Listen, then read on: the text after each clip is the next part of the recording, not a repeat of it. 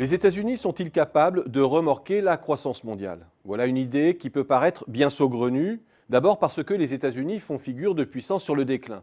Leur poids économique dans l'économie mondiale n'a cessé de baisser ces 30 dernières années. Ensuite, parce que les États-Unis ont une croissance plus autocentrée que celle du reste du monde et qu'ils cherchent de surcroît à reconstituer leur potentiel d'offres domestiques. Enfin, parce que, comme les autres régions du monde, elle a joué jusqu'ici une partition mercantiliste, cherchant à redresser ses comptes extérieurs et à modérer sa demande intérieure à crédit.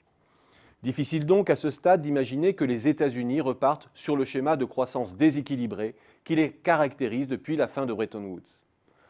Alors certes, le poids des États-Unis et de l'ALENA a nettement décliné dans les exportations de l'UE.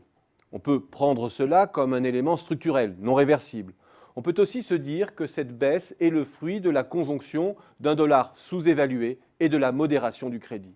Cette situation n'est pas unique dans l'histoire et la part de nos exportations vers les États-Unis avait déjà nettement décliné au début des années 90. Or, l'appréciation du dollar à partir de 1995 avait ensuite remis les échanges américano-européens sur les rails et permis de raccrocher l'Europe à la locomotive américaine. Mais au-delà de la transmission commerciale, il faut surtout prendre la mesure des relais de transmission financiers.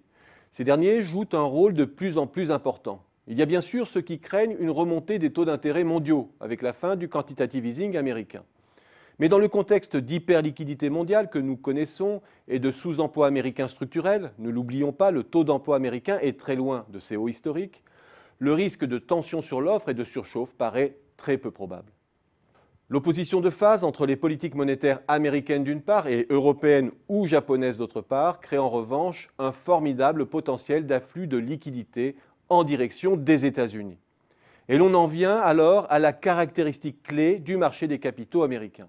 Le déficit américain, aussi important soit-il, a toujours été surfinancé par le reste du monde. Les entrées de liquidités surpassent structurellement les besoins de financement de ce pays.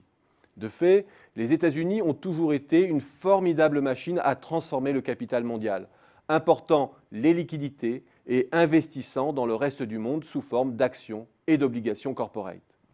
Quand la pompe à liquidité américaine s'active, et c'est précisément ce que devrait produire la perspective de taux durablement à zéro en Europe et au Japon, c'est leur pouvoir d'investissement sur le reste du monde qui s'accroît. Il suffit de regarder la dynamique de l'investissement direct américain. Le surfinancement du déficit leur permet d'investir de l'ordre de 2,5% de leur PIB chaque année à l'étranger. Et les fluctuations de ce flux font aussi la pluie et le beau temps dans le reste du monde. Les choix d'allocations américains sont alors décisifs. Or, l'Europe est bon marché, d'autant que le dollar s'apprécie. Elle est la cible privilégiée des investisseurs américains.